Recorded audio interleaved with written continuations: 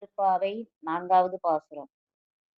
ஆழி மலைக்கண்ணா ஒன்றனை கைகரவேல் ஆழியுள் புக்கு முகந்துகொடு ஆர்த்தேரி ஆழி முதல்வனுருவம் போல் மெய்கருத்து பாலியந்தோளுடைய பத்மநாபன் கையில் ஆழிபோல் மின்னி வலம்புரிபோல் நின்றதிருந்து தாளாதே சார்ங்க முதைத்த சரமலை போல் வாழ உலகினில் பெய்திடாய் நாங்களும் மார்கழி நீராட மகிழ்ந்தேலோர் எம்பாவாய்.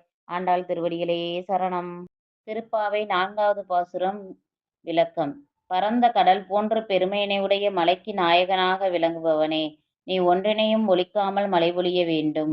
நீ கடலினில் புகுந்து அங்குள்ள நீரினை முகந்து கொண்டு மிகுந்த ஆரவாரத்துடன் ஆகாயத்தில் ஊழி முதல்வனாக விளங்கும் பரமனின் திருமேனியின் நிறம் போன்று கருத்து மேலே எழ வேண்டும். அவ்வாறு எழுந்த பின்னர் மூங்கில் போன்று வலிமையும் அழகும் பொருந்திய தோள்களை உடையவனும் தனது நாபியில் கமலத்தினை வைத்துள்ளவனும் ஆகிய திருமாலின் கையில் காணப்படும் சக்கரம் போன்று மின்னியும் அவன் பயன்படுத்தும் சங்கம் போன்று முழங்கியும் அவனது வில்லாகிய சாரங்கத்திலிருந்து வெளிவரும் அம்பு கூட்டங்கள் போன்று இடைவிடாமலும் நீ பொழிய வேண்டும்.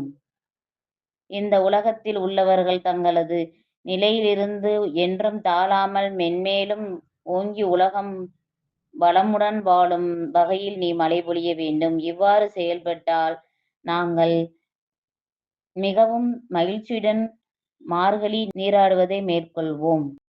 ஸ்ரீ ஆண்டாள் திருவடிகளே சரணம்.